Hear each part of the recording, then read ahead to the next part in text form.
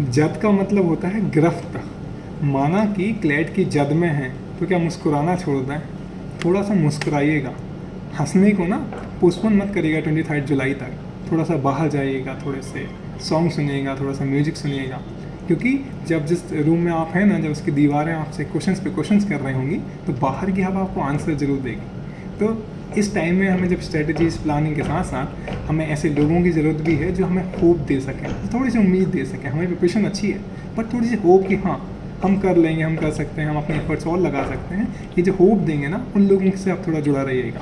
Okay, next, mainly कौन clear करेगा कौन नहीं क्लियर करेगा, डिफरेंस वही है कि इन 7 डेज़ को जो अच्छे से मैनेज कर पाएगा, अपने स्ट्रेस को मैनेज कर पाएगा, और उन 2 घंटों में जब क्लैट हो रहा होगा उन वहाँ के स्ट्रेस को मैनेज कर पाएगा। तो ये जो 2 घंटे होंगे क्लैट वाले, और ये जो अपने पास नेक्स्ट 7 डेज़ हैं, इनको स्ट्रेस को मैनेज करना is very important. And it's normal, stress होगा, हम ह्यूमन हैं, हम जस्ट चिल नहीं कर सकते, तो इट्स नॉर्मल, बट हम मैनेज कर लेंगे क्योंकि हमने प्रिपरेशन अच्छी कर रखी है।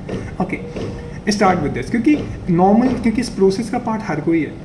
वो भी हैं जिन्होंने 2 महीने पहले शुरू किया है, वो भी हैं जो 2 साल पहले से कर रहे हैं, वही भी हैं जो बहुत अच्छा स्कोर ला रहे हैं मॉक्स में, वही भी हैं जो कम स्कोर ला रहे हैं। तो it's a part and parcel, ठीक है, हर कोई इसका पार्ट है। एंड देन हम एक अच्छे स्कोर ला पाएंगे, होप हमेशा रखना।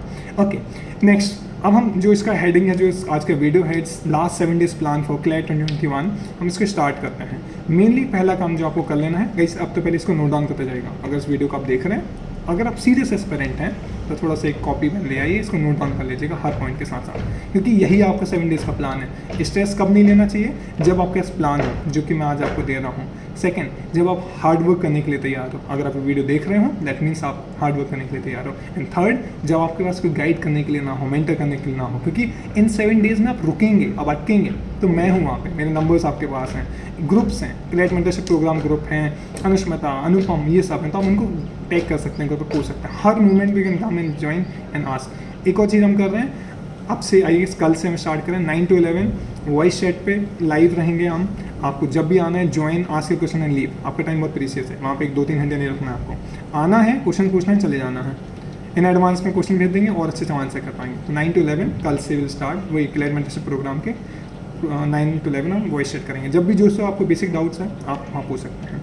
हम स्टार्ट करते हैं। पहला, नोट डाउन जरूर करना आप।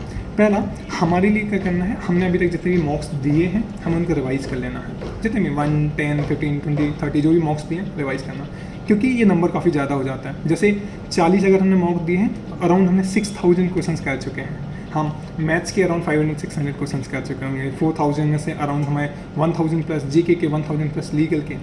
जीके का हो सकता है बाहर से आ जाए, कुछ में भी अलग इंपॉर्टेंट टॉपिक लिस्ट से आ जाए, बट वही आएगा जो हमने मोस्ट पर्टिकुलर टॉपिक में दिया है, वो MITs में जो हमने दिया है वहीं के अराउंड ही आएगा, डोंट वरी। बट जैसे मैथ्स का जो प्रैक्टिस आपने मॉक्स में कर रखी है उन्हीं के अगर रिविजिट करिए, वहीं आपको वहीं आंसर मिल जाएंगे, वहीं के वहीं मिल जाएंगे।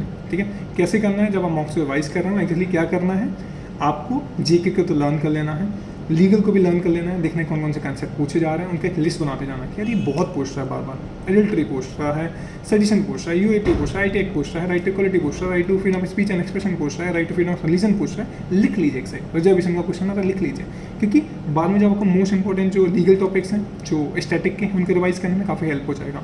ठीक है, पहला आपको रिवाइज करने सारे मॉक्स का, डन। सेकंड, आपको एक मिनिमम सेक्शनल टेस्ट रोज देना है। अब मॉक्स ऑब्वियसली हम डेली नहीं दे रहे होंगे क्योंकि बहुत सारा रिवाइज करने के लिए, अल्टरनेट डे बेस्ट होगा। डेली वाला आइडिया छोड़ दीजिए, ड्रॉप कर दीजिए। सेक्शनल टेस्ट बस आप डेली दीजिएगा, एक सेक्शनल टेस्ट एक सब्जेक्ट का डेली दीजिएगा, किसी भी हाल में मिस मत करिएगा, ये मेरा सजेशन है आपको। और किसी भी सेक्शन को मिस मत करिए, 1-1 घंटा मिनिमम। एक आपने डेली का शेड्यूल दिया था, आप उसमें देखिए, फिक्स करिए चीज़ों को, एंड देन 1 घंटा एक सब्जेक्ट के लिए जरूर निकालिएगा। Next, OMR filling is very very important. कल मैंने आप लोग भी, आप सभी ने जो आज देख रहे हैं उन सबने मुझे, मैं हमेशा कहता हूँ आप अपने मॉक स्कोर एंड, क्योंकि मॉक स्कोर देखने के बाद I try to give suggestion, मैं अनुपम के साथ डिस्कस करता हूँ सब कुछ, और बच्चे इंप्रूव कर रहे हैं उसके बाद। तो आप अपना OMR और मॉक स्कोर जरूर भेजना। ये मैं आई गेस मेरे नंबर यहाँ पे शो कर रहे होंगे, मेरा नंबर व्हाट्सएप वाला और मे भी टेलीग्राम। आप जब OMR भेजते हैं ना, कल अराउंड 1000 प्लस मेरे पास OMR आई थी, लिटरली 300-400 OMR इतनी गलत थी, मतलब आप करेक्ट करने के बाद क्वेश्चन आपने गलत सही लगाया बट वो OMR आपने गलत कर दी। आप समझ रहे हैं, आपने मार्क किया बट वो गलत हो गया क्योंकि सर्कल के बाहर था, सर्कल किसी ने फिल भी नहीं किया। गलती मत करिए, OMR को भेजिएगा, I just try to check. Okay, कैसे बना हुआ है मान, बाहर से अंदर की तरफ भरिएगा। हर एक सेक्शन आप करके देखिए, या तो पैसेज की बात कर लीजिए या तो सेक्शन की बात कर लीजिए, जो उसमें आप कंफर्टेबल हो। जी के में बच्चे एक बार मार्क में जल्दी लगा देते हैं और फिर सेक्शन के बाद में जल्दी भर देते हैं। 4 OMR शीट डेली का आप फिल करिए, OMR लगाइए, आप टाइमर लगाइए और भरना शुरू करिए। 120 करेंगे क्वेश्चन, वहाँ पे 125 करेंगे, 125 भरिए। कितना टाइम लगेगा? 3 मिनट लगेगा, उसको डबल कर दो। उतना टाइम आपको लगने वाला है, क्योंकि वहाँ पे क्वेश्चंस भी देखोगे आप, एग्जाम में प्रेशर भी होगा। तो ऐसे करके 4 OMR आप डेली प्रैक्टिस करिए। ओके, नेक्स्ट आपका जो भी सेक्शंस वीक है उन्हें लीव मत कर दीजिए कि अब तो कुछ होगा ही नहीं मैथ्स में, वीक है। नहीं, मिनिमम मैथ्स में भी टारगेट करिए। अगर नहीं ला पा रहे 11-12, नहीं ला पा रहे 10, एटलीस्ट 7-8 लाइए। छोड़िए मत, प्रैक्टिस करना है। कैसे प्रैक्टिस करना है? अगर आप मैथ्स में वीक हैं तो एक सिंपल सा फंडा है, आप अपने सेक्शनल टेस्ट बहुत सारे उठा लीजिए। जो हम 2 घंटे हम जब अपना इसके लिए कहते हैं कि 2 घंटे आप कर रहे हैं, जैसे आप इंग्लिश में वीक हैं, क्या करना है? आपके पास एक सेक्शनल टेस्ट कितने का होता है? 30 क्वेश्चन उसमें होते हैं, और अराउंड आप जितना भी टाइम ले रहे हैं, ऐसे 2 घंटे में जब आप 150 क्वेश्चन देते हैं ना मॉक के, उनकी बजाय 5 सेक्शन जो होंगे वो सीधे इंग्लिश के होंगे। समझ के? 150 क्वेश्चन इंग्लिश के होंगे। पुश करिए अपने आप को, जितना पुश करेंगे आप बेटर होते जाएंगे। CR के 2 घंटे का टाइम लीजिए, 5 सेक्शनल टेस्ट एक साथ ले लीजिए। CR के अलग अलग मॉक्स उठा लीजिए, जो भी करना ऑनलाइन से दीजिए। एटलीस्ट आप 120 कर पाएंगे। 120 में से एक्यूरेसी आपकी 100 की आएगी। आपके जो भी करंट स्कोर है उसको जरूर इंप्रूव कर देगा। ये कई 100 बच्चों में मैंने देखा है, हमने सजेस्ट किया था, इन्हें इंप्रूव 90 पे था। CR में उनके हार्डली 12 आते थे, अब दे आर स्कोरिंग 22, क्योंकि हमने उनको पुश करने के लिए बोला है। ठीक है, ये आप वीक सेक्शन पे लीव मत करिएगा, काम जरूर करिएगा। और जो सोच रहे हैं कि मैथ्स को छोड़ देंगे, आप मैथ्स नहीं छोड़ रहे हो, आप NLU की सीट छोड़ रहे हो। This is what I always says. GK legal आपको NLU दिलाएंगे, NLU कौन से NLU दिना में आप जाओगे वो आपका मैथ्स तय करेगा। ओके, नेक्स्ट एक और चीज़ करो। आपने अभी तक जितने भी मॉक्स दिए हैं उसमें से आपको ही पता है, सब डिस्कशन होते हैं कि ये बहुत ईजी था। 2-3 मॉक को ईजी साइड में रख दो, एक निकालो कि ये मॉडरेट था जो आपको लग रहा है, जो भी, और क्वालिटी मॉक्स है, ये आलतू फालतू कोचिंग के नहीं, नॉर्मल अच्छी कोचिंग है। CL के में भी लीगल एज के मॉक्स रखिए वही। इसके बाद आप इन्होंने 3 ईजी रख लीजिए कि 3 ईजी मॉक्स ये हैं, 3 मॉडरेट मॉक्स ये हैं, 3 टफ मॉक्स हैं। जस्ट थिंक कि यही क्लैट के पेपर है। अगर ईजी आया तो मैं कैसे अप्रोच करता, यही पेपर अगर मॉडरेट है क्लैट का, मैं कैसे अप्रोच करता, अगर यही सबसे टफ आ रहा है मैं कैसे अप्रोच करता। समझ के आप वहाँ अप्रोच पहले देख लीजिए, उस दिन कुछ नया नहीं लगे आपको। ठीक है, ओके।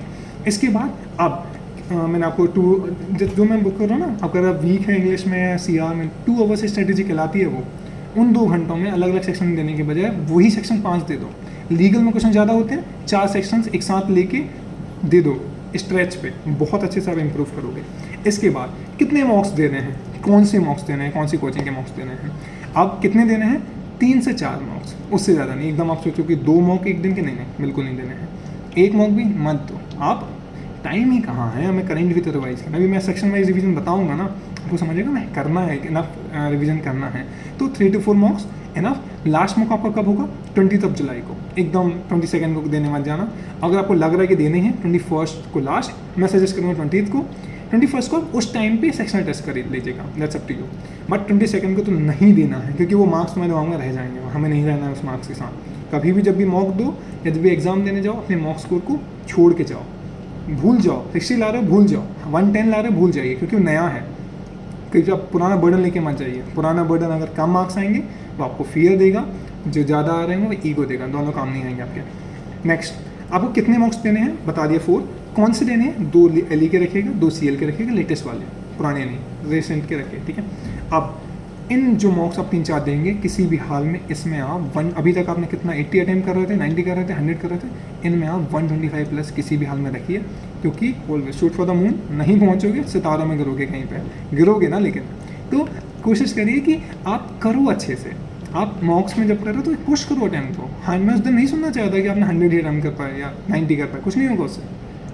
अपने आप को पहले आप बाहर मत करो, कंसल्टेंट तो बाद में करेगी, आप पहले मत करिए अपने आप को। इस बार तो आएगा कार्बन कॉपी OMR की मिलने वाली है, घर पहुंचोगे जब तक तो वो कोचिंग सारी आंसर की अपलोड कर देंगे। जो स्ट्रेस ऑब्वियसली 3-4 दिन बाद पता चलता है, तो उसी दिन पता चल जाएगा। तो अच्छा रीजनेबल भर के आइएगा मॉक्स, और उस दिन कुछ अलग नहीं होगा, वही होगा जो आप मॉक्स में कर रहे होंगे। तो मेरा सजेशन है 3 से 4 मॉक्स जो हो रहे हैं 125 प्लस का टारगेट करिए। हाँ, सीनियर्स इंटरव्यू में कभी नहीं बताएंगे, मैं जो वॉइस शेट पे लाता हूँ वो नहीं बताएंगे। हाँ, स्मार्ट गैस वो भी मारते थे, आपको भी मानना होगा। जब आप किसी भी अगर आप क्वेश्चन में 2 सेक्शंस को एलिमिनेट कर चुके हैं तो आपको मस्ट है, करना ही चाहिए। 50% चांसेस तो है सही होने की।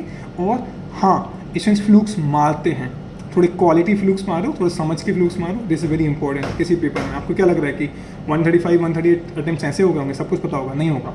100 ईजी आएंगे, 10-12 आपके स्मार्ट गेस चलते हैं, एंड देन टफ को आप मैनेज करते हो, ऐसे करके 120 to 130 कर पाते हो।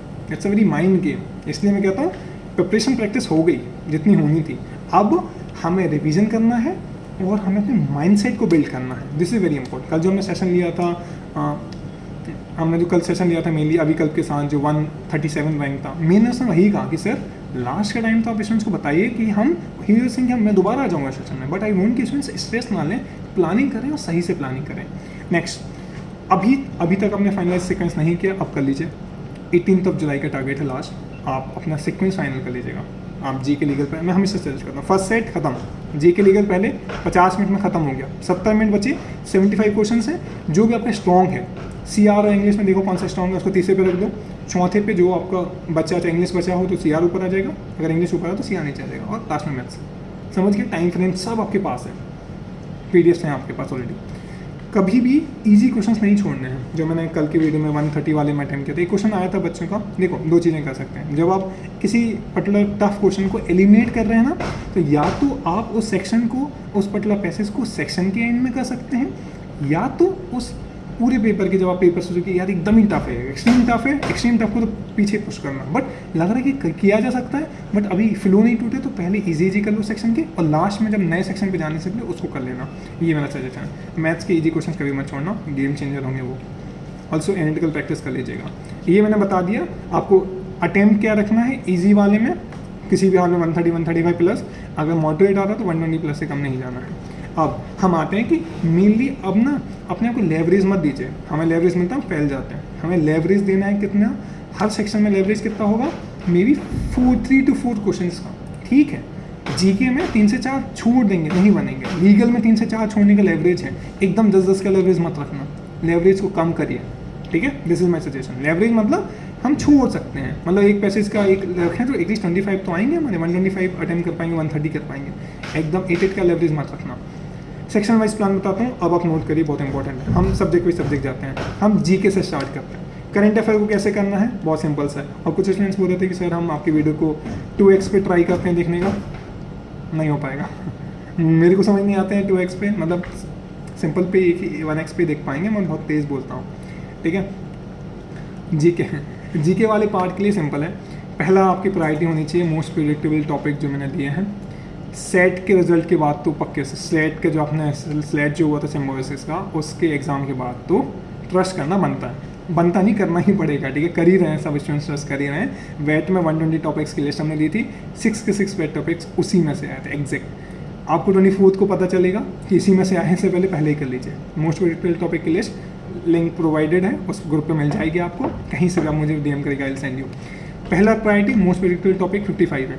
सेकंड, एक और चीज़ मुझे रियलाइज़ हो कि बच्चे बस उसी पर रिलाई कर रहे हैं। You can rely 60-70% I am sure उसी में से आ जाएगा, बट हैविंग सेड दैट आपको जून की MIT भी करनी पड़ेगी, आपको अगर सीरियस हो आप तो, नहीं तो जब लास्ट में अभी आके जागे हैं उनके लिए तो वो सफिशिएंट, उससे तो वो कुछ कर भी नहीं सकते। We are in race against time. और जो बाद में बचे हुए बच्चे हैं उनको वो ख़त्म हो गई, कल को जब मैंने दी थी उसके बाद एक दिन में बच्चों ने ख़त्म कर दिया। उसके बाद आप कहाँ पे आओगे, आप आओगे मेनली एक सिंपल सा फंडा है, अब आओगे आप जून के MIT पे, जुलाई के MIT मैंने डाली है, मई और अप्रैल के MIT पे। ये हो गया लास्ट 100 डेज़ का रिवीजन। जी के आपको ऐसे करना है, जैसे ऐसे पढ़ लीजिएगा। अब लीगल को कैसे करना है, इसमें एक और चीज़ बची हुई है। लास्ट से क्या हुआ था, कई बार ना हम पैसेज पढ़ने के तरीके से, हम जी के पढ़ने के तरीके से हम फैक्ट मिस कर देते हैं, कई बार इन्फॉर्मेशन हम मिस कर देते हैं। वो कौन सी इन्फॉर्मेशन है, वो इन्फॉर्मेशन है जो हमें जीके टुडे पे मिलेगी। मैंने ग्रुप्स पे जीके टुडे की प्रोवाइड PDFs अवेलेबल हैं, वन लाइनर्स, MCQ एटलीस्ट जुलाई की, जून की। जैसे वही है ना, आपसे मैं पूछूं कि सजेशन का केस आपको पता है, ठीक है, सजेशन बहुत न्यूज़ में चल रहा है, केदारनाथ सिंह केस पता होगा, ईयर पता है आपको, 1962 में पास हुआ था जजमेंट। ऐसे ही फैक्ट आ जाता है। WHO को बहुत न्यूज़ में, हेड क्वार्टर पता है आपको, उसके हेड पता है आपको, प्रफुल्ल पटेल पता है जो लक्षद्वीप का इन्वेस्टिगर है। बेसिक क्वेश्चन पूछे जा सकते हैं। इतना वर्ल्ड अभी आई गेस वो Tiananmen स्क्वायर था 1989 में जो हुआ था, दे में आज की ईयर कौन सा था, इसलिए आप पढ़ लीजिए जीके टुडे को। आप एक बार वन लाइनर पढ़ने में आपने स्लेट के लिए पढ़ रखे होंगे, अगर आप स्लेट में पे नहीं हुए हैं तो एक बार रिवाइज कर लीजिए, हार्डली 3-4 घंटे में मंथ का रिवीजन हो जाएंगे। 30 मिनट्स लगते हैं, क्विकली क्वेश्चन देखो आंसर देखो, क्वेश्चन देखो आंसर देखो, खत्म, ज़्यादा मेहनत नहीं करनी है। अब कुछ बच्चों ने जिनका ऑलरेडी हो चुका था MIT, उन्होंने एयरटेल्स मांगे थे, मैंने प्रोवाइड कर दी है, आप उनको मंथ वाइज कर सकते हैं, लास्ट 3 मंथ्स के सफिशिएंट हैं। इसके बाद हम आते हैं लीगल सेक्शन को कैसे करना है। सिंपल सा, लीगल मैगजीन छोड़िए मत, लीगल मैगजीन्स आर इम्पोर्टेंट, कर लीजिए, मेरा सजेशन तो ये है, क्योंकि कई बार ना वो उस पैसेज में भी ऐड कर देते हैं वॉलंटियर नॉन फिट इंजीरिया और बहुत सारे साइन डम कुछ करें ना, वो ऐड कर देते हैं। तो आप क्या करोगे, आपको पता होंगे जब भी आप कर पाओगे। और हमें प्रिपरेशन क्यों कर रहे हैं हम इसलिए कर रहे हैं कि जब हमें क्वेश्चन वहाँ पे मिले हमें पहले से चीज़ें पता हों, ये ना कि हमें अच्छा ये भी कुछ पता, वहाँ फिगर आउट नहीं करना है, एडवांस में ही कर लेना है। ओके, लीगल का रिवीजन के लिए फुल लिंक्स मैंने प्रोवाइड कर रखे हैं ग्रुप पे, हर टॉपिक का, law of thought, law of contract, law of constitution, IPC, चारों का लिंक मैंने प्रोवाइड कर रखा है। पहला, उन लिंक को प्रायोरिटी से रिवाइज कर लीजिए, 1 घंटा लगेगा आपको, क्विक रिवीजन 2 घंटा मान लो, खत्म हो जाएगा। सेकंड, लीगल मैगजीन मैंने बता दिया। थर्ड, अब लीगल के लिए मैंने क्या किया है, लीगल की मोस्ट इंपॉर्टेंट टॉपिक की एक लिस्ट प्रोवाइड कर रखी है।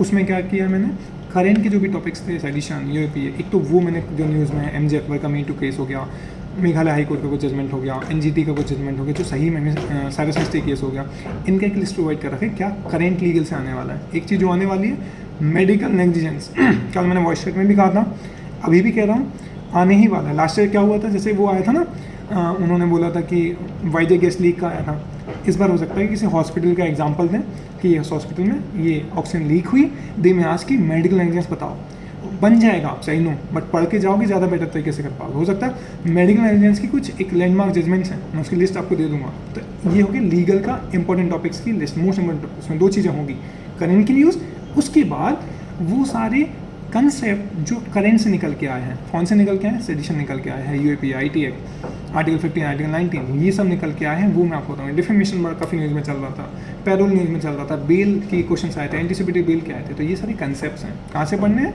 आज मैंने ग्रुप पे पोस्ट किया था। अभी तक अगर आप ग्रुप का पार्ट नहीं है, आप बहुत कुछ मिस कर रहे हैं ना। 24 के बाद देयर विल नो पॉइंट कि आप ज्वाइन करें।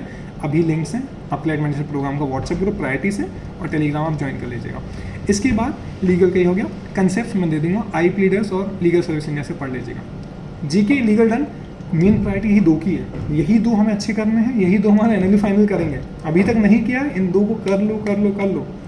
4 चीज़ें जो क्लेट क्लियर किया था लास्ट में उन्होंने कॉमन थी, GK में वो अच्छे थे, खुद से पूछे आप अच्छे हो, लीगल में वो अच्छे थे, खुद से पूछे आप अच्छे हो। थर्ड, वो RC और CR को GMAT क्लब से सॉल्व किए थे, आपने किए, खुद से पूछिए। फोर्थ, उन्होंने मॉक को एनालाइज और रिवाइज अच्छे से किया था। और फिफ्थ एक और पॉइंट, उन्होंने मैथ्स को नहीं छोड़ा था। ठीक है, 4 मार्क्स के मैथ्स के डिफरेंस में किसी की रैंक 182 है, किसी की रैंक जाके 410 या 420 है। तो समझ रहे हो ना कितना इंपॉर्टेंट है मैथ्स।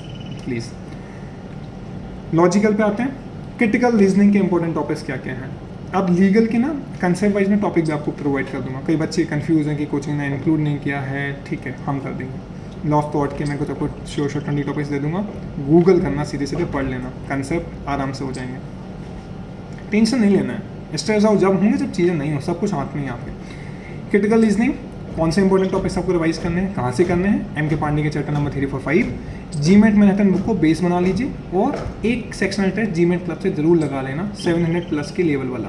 क्या क्या रिवाइज करना है, प्रेमाइस एंड स्टेटमेंट रिवाइज करना है, strengthening and weakening of the argument revise करना है, conclusion, inference, assertion reasoning, relationship between the sentence, assumption, bold faces, ये आपको रिवाइज करने ही करने हैं, there is no other option. मैंने ये लिस्ट आपको प्रोवाइड करके section wise MIT, current legal की MIT, लीगल की MIT, बाप रे इतना सब MIT हमने प्रोवाइड कर रखा है, इनफ फॉर यू। ठीक है, तो ये हो गए 8 टॉपिक्स। इसके बाद क्या मिस नहीं करना है, अगर हमें कंसेप्चुअल क्लैरिटी चाहिए किसी भी टॉपिक को लेके, यूट्यूब पे जाइए, ग्रेड अप की एक सीरीज़ है पहला, स्मृति रस्तोगी की एक सीरीज़ है, स्मृति रस्तोगी लॉ प्रेप की फैकल्टी है, उनने हर, तो ये टॉपिक है, लिख दो टॉपिक और एक्सप्लेनेशन आ जाएगा, और लीगल एक्सप्लेनेशन और लिख देना क्लैट के लिए, तो और अच्छे से आ जाएगा इनका। ठीक है, मैंने बता दिया आपको। और कई बच्चे कहते हैं सर हमें क्रिटिकल रीजनिंग में अप्रोच कैसे करना है, उस क्वेश्चन को हमें समझ नहीं आता, कंसेप्ट क्लियर है। LSET की क्रिटिकल रीजनिंग की एक सीरीज़ लिख दो, LSET क्रिटिकल रीजनिंग सीरीज़ आ जाएगा, अच्छे से पढ़ लेना उसको। अब एनालिटिकल को बिल्कुल अच्छे से कर लेना। अगर 2 मार्क्स की भी आ रही है ना, तो you can't afford to lose 2 marks, analyst बदल जाएंगे इसमें। अच्छा, आई एम एक्सपेक्टिंग कि इससे ज़्यादा ही का आएगा, क्योंकि उन्होंने सैम्पल पेपर, एक इंपॉर्टेंट पॉइंट आपको क्लैट के 2020 का पेपर दोबारा देखना है। आपने जो भी सैम्पल पेपर्स आए हैं उनको बहुत अच्छे से दोबारा से देखना है। सैम्पल पेपर 1, 2, 3 कंसल्टेंट का बेस क्या है? कोचिंग्स ने ना हमें मैनिपुलेट कर दिया है कि अरे यही आने, अरे किसने कहा है? जो कंसल्टेंट का पेपर आया था किसी कोचिंग ने तो छुआ भी नहीं था ना वो सैम्पल पेपर, वो मेन जो पेपर आया था। तो आप क्या बेस क्या है? क्लैट के 2020 का पेपर और 3 सैम्पल पेपर। जो कोचिंग्स के मॉक इतना इररिलेवेंट मॉक्स में वो जीके डाल रहे हैं कि बच्चे डिमोटिवेट हो जा रहे हैं। एटलीस्ट ऐसे कोचिंग के मॉक्स तो मत ही करना कि एकदम डिमोटिवेट हो जाओ लास्ट मोमेंट पे, ठीक है। दे वोंट अफर्म कि अरे हम बेस्ट बनाते हैं, आपको नहीं फंसना है, ठीक है। आपको लास्ट मिनट में डिमोटिवेट होकर जो ना जाएंगे हम पेपर में, सीएल दे दीजिए और जो आपको ईजी लग रहा है वो दे दीजिए, आपका ऊपर है, ठीक है। एनालिटिकल रीजनिंग क्या करना है? कंसेप्ट ऑफ डायरेक्शन पढ़ लीजिएगा, पजल पढ़ लीजिएगा, लॉ कैलेंडर पढ़ लीजिएगा, इनपुट आउटपुट पढ़ लीजिएगा, क्यूब्स एंड डाइस पढ़ लीजिएगा, blood relation, coding decoding, last question था कोडिंग डिकोडिंग से, इनइक्वालिटीज, स्लोगिज्म, 9 चीज़ें, हार्डली 2 घंटे लगेंगे। और कुछ नहीं करना है, इस वीडियो के बाद जाके इन टॉपिक लिस्ट को उठाना, पीडीएफ ग्रुप पर है। आप एम के पांडे से रिवाइज कर लो इनको, आर एस अग्रवाल की वर्बल नॉन वर्बल से नॉन वर्बल पार्ट में इसको देख लो। अगर लग रहा है कि कंसेप्ट रिवाइज करने हैं, अंकुश लांबा का एक यूट्यूब चैनल है, जाके सब कुछ देख लो। बहुत प्यारे तरीके से ट्रिक्स बता रखे हैं उन्होंने कि कैसे अरेंज करते हैं। ऐसा ना हो कि एक सीटिंग अरेंजमेंट आ जाए तो डिकोड ही नहीं कर पाओ, क्योंकि ये बहुत स्कोरिंग होता है, ठीक है। अब ये हो गया बेसिक, मैंने बता दिया, सब कुछ हो गया। हम आते हैं इंग्लिश वाले पार्ट पे। Logical clear? कोई डाउट होगा कमेंट सेक्शन में आप पूछ सकते हैं और आप डीएम कर सकते हैं जो भी आपको डाउट आएगा। तो नेक्स्ट इंग्लिश में क्या करना है? एक हाई फ्रिक्वेंसी वर्ड्स की लिस्ट है लीगल एज की, पीडीएफ अवेलेबल है, आप उसको रिवाइज कर लीजिएगा। पहले 1000 वर्ड्स हैं, जल्दी जल्दी रिवाइज करिए। आपने खुद की कोई लिस्ट बना रखी है, अगर आपने खुद की कुछ लिस्ट बना रखी हुई ना कि हमने ये लिस्ट बनाई है सर, हमने द हिंदू से बनाई है, इंडियन एक्सप्रेस से बनाई है, जहाँ से बनाई है उसको रिवाइज कर लीजिए, क्योंकि खुद की लिस्ट है। अगर आपने वर्ड पावर मिर्जी कर रखी है, आई रिपीट, अगर कर रखी है तो ही, नहीं की तो एकदम तूफानी मत बनिएगा कि लास्ट मिनट में करेंगे। कर रखिए, रिवाइज करिएगा। रीडिंग हो गया। और जब मैंने मॉक रिवीजन कहा है तो आपको जब इन आरसीज के रिवीजन में जाओगे ना तो यहाँ की वॉकेब याद कर लेना, ग्रामर देख लेना। कैटेगरी में जब आप जाओ तो अप्रोच देखना, क्योंकि यार जब आप मॉक रिवाइज करते हो ना वो आपका भी इवॉल्व है। मैंने जो पहला मॉक दिया था 2020 में, जो 2015 का मैंने क्लैट दिया था, उस टाइम मॉक था 20-30 मार्क्स आए थे। वहाँ से लेके मैं 154 तक गया था, क्योंकि हमारे 200 का पेपर होता था। तो मेरी खुद की प्रोसेस थी ना। आप जब रिविजिट करेंगे अपने मॉक्स को तो आपको रियलिटी हिट करेगा कि यार हम यहाँ पे थे। बहुत सारे बच्चे जो आज 100 आके वो 30 पे थे। मैं नवंबर से बहुत सारे बच्चों को 23 मार्क्स से लेके 110, 123 तक अभी तक लाए हैं। तो they have been through this process, क्योंकि आई नो उनका क्लैट क्लियर होने वाला है। जिस दिन क्लैट क्लियर होगा मैं उनको बताऊँगा कि कहाँ से उन्होंने स्टार्ट किया था। हर किसी की जर्नी है ना।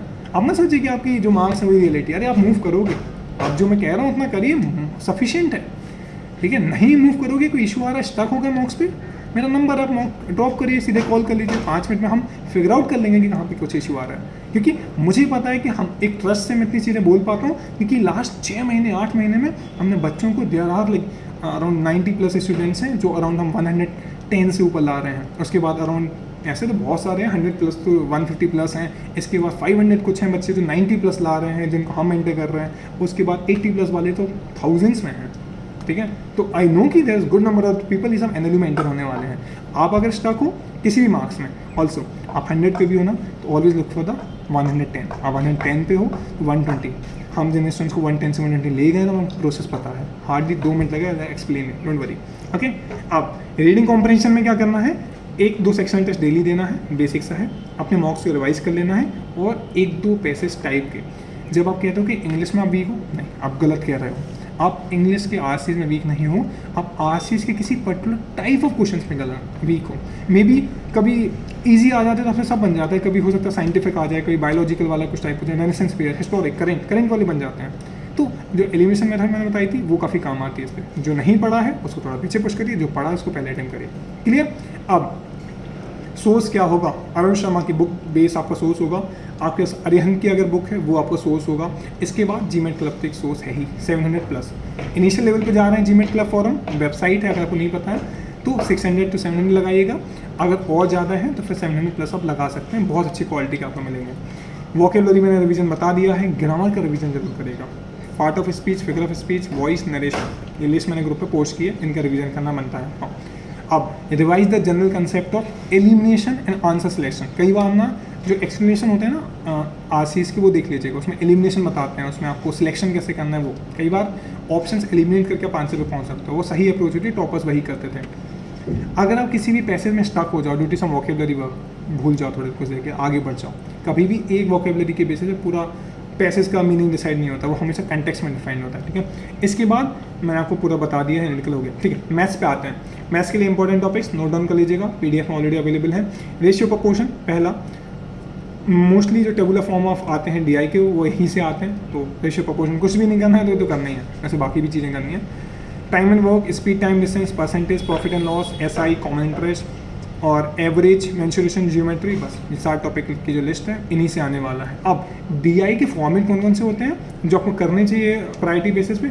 Radar, caselet, combination graph, bar graph, ये प्रायोरिटी से कर लीजिएगा। टेबुलर, इन सब ये 5 बहुत इंपॉर्टेंट है, इनसे बार ग्राफ तो लास्ट ईयर आया था, टेबुलर भी एक लास्ट ईयर आया था, तो इसके अराउंड 10 सेट आप ईच कर लीजिए। RS अग्रवाल की बुक बेस होगी, उससे आप कर सकते हैं। और 5 सेट आप कर लीजिएगा पाई चार्ट के, लाइन ग्राफ के, एरिथमेटिक डीआई के और हिस्टोग्राम के। ये ओवरऑल प्लान था आपका सेक्शन वाइज रिवीजन का, होपफुली आपको क्लियर होगा। अब जो पार्ट है ना वो और इम्पोर्टेंट है। मॉक ऑफिशियल टाइम पे देना है 2 to 4, कुछ भी सोना नहीं उस टाइम पे, कुछ खाना वाना नहीं है, चिल करना है, थोड़ा चिल।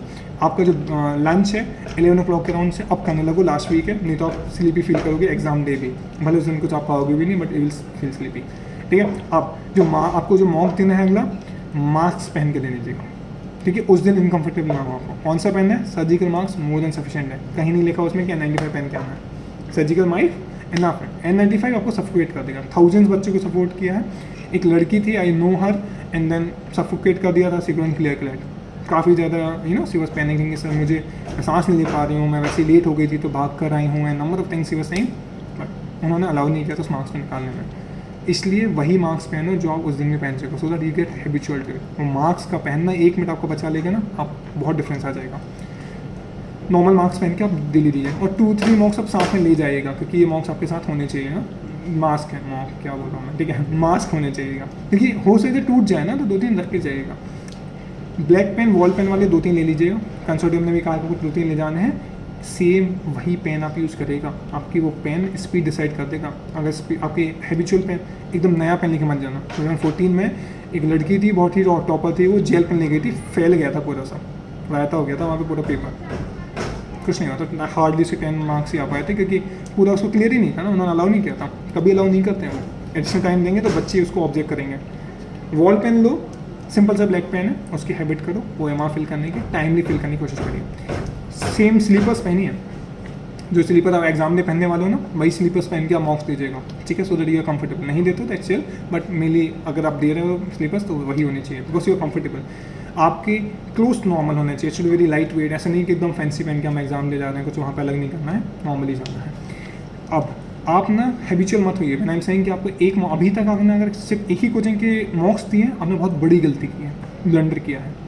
आपको वैरायटी ऑफ मॉक्स देने चाहिए। किसी कंसोर्टियम की वेबसाइट पर नहीं लिखा है कि हम इस पर्टिकुलर कोचिंग के मॉक्स देंगे, हम इस पर्टिकुलर कोचिंग के मॉक्स फॉलो करेंगे, दैट में बी वेरी अनसर्टेन। तो आप वैरायटी देख लीजिए, सो दैट आपको कुछ नया नहीं लगेगा कि यार ये क्या आ गया, ठीक है। नेक्स्ट, आपको जो एक हैबिचुअल मत हो, जिस टेबल पे मैं बना रहा हूँ वीडियो में यही बनाता हूँ, बट मुझे हैबिचुअल होना बनता है, बट आप मत होइए कि आप सेम टेबल पे दे रहे हो, आप थोड़ा जगह बदलिए, टेबल को ले जाइए दूसरे रूम में, चेंज करिए थोड़ा स्पेस, तो ना अंडरस्टैंडिंग होगी, कंफर्ट नहीं होगा, क्योंकि लिटरली उस दिन चेयर की जो हाइट है ना, जो टेबल की लेंथ वो अलग हो सकती है। बहुत सारी चीज़ें हैं, आपको ये माइनर चीज़ें आपको उस दिन समझ आएंगी, इसलिए हम पहले बता दे रहे हैं आपको। अगर अभी तक आपने वही कि अब मेरे लिए कुछ चीज़ें मैं बता देता हूँ। विजिट आप सेंटर जो भी आपको मिला है उसको एक बार, अगर फेमस है, कुछ बच्चों को HNL रायपुर मिला है तो उन बच्चों को मैंने ऐसे एड्रेस भेज दिया। फेमस जगह कुछ चले जाते हैं, एनालिस्ट मिले तो सबको पता ही होंगी कहाँ पे लोकेशन है। कुछ कॉलेज होता है ना एकदम रैंडम कॉलेज, मेरे टाइम पे कौन सा कॉपल कॉलेज था, मैं स्कूल पहुँच गया था, स्कूल के बाद कॉलेज पहुँचा, बहुत इशू हो गया था, फिर भी समहाउ मैनेज हो सकता है आपके साथ। तो किसी अपने रिलायबल पर्सन, अपने फादर को या अपने ब्रदर को, या आपको खुद तो मत जाइएगा, किसी फ्रेंड को भेज के एक बार दिखा लो कि अच्छा यही जगह है, सेंटर कंफर्म कर लेना, उस दिन आप भागना मत उस दिन, ठीक है। अब नेक्स्ट, अगर आप कुछ बहुत सारे बच्चे, थाउजेंड्स ऑफ बच्चे ट्रैवल कर रहे हैं न्यू सिटी के लिए, तो उस दिन तो ट्रैवल मत ही करना। ऐसा नहीं कि आपका 2 बजे एग्जाम है तो आप सुबह मॉर्निंग पहुँचो, कभी नहीं, एक दिन पहले पहुँच सकते हो, बट आई विल सजेस्ट कि एक दिन और पहले, अगर 23 का एग्जाम है ना तो 21 की रात में उस सिटी में पहुँच जाओ, या 22 की, ट्रैवल मत करो एक दिन पहले, और आलतू फालतू कुछ खाना ही मत है ना अपने घर के ही, बिकॉज हेल्थ का काफ़ी प्रायोरिटी होना चाहिए। ओके, अगर हमने MSc IB का फॉर्म नहीं भरे हैं, डेट एक्सटेंड हो चुकी है, आप जरूर फिल कर दीजिएगा।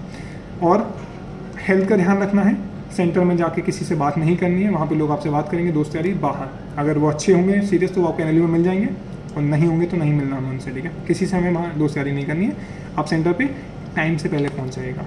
जो ये आधा घंटा कह रहे हैं, कम से कम 1.5 घंटा नहीं तो 1 घंटा पहले तो मिनिमम पहुँचे। उसमें इतने सारे गाइडलाइंस लिखे हैं कि ये चेक होगा, वो चेक होगा, वो जो उन्होंने वो एक मेडिकल कुछ ले दिया है ना, उसको घर से फिल करके जाएगा, ठीक है। उसमें नो लिखना है मेनली, है ना। अगर आप वहाँ पे आपका टेम्परेचर हाई आता है तो उन्होंने कहा है कि हम आपको अलग रूम में बैठा के एग्ज़ाम देंगे, ऐसा मना नहीं कर देंगे, ठीक है। तो ये सब चीज़ें हैं, आपको हेल्थ का ध्यान रखना है। आप डेली बेसिस पे 15 मिनट अभी तक नहीं किया है, 15 मिनट एक्सरसाइज करिए, बॉडी को थोड़ा सा रिलीफ करिए। माइंड जब यूज़ होता है तो पूरी बॉडी भी यूज़ हो रही होती है, ठीक है।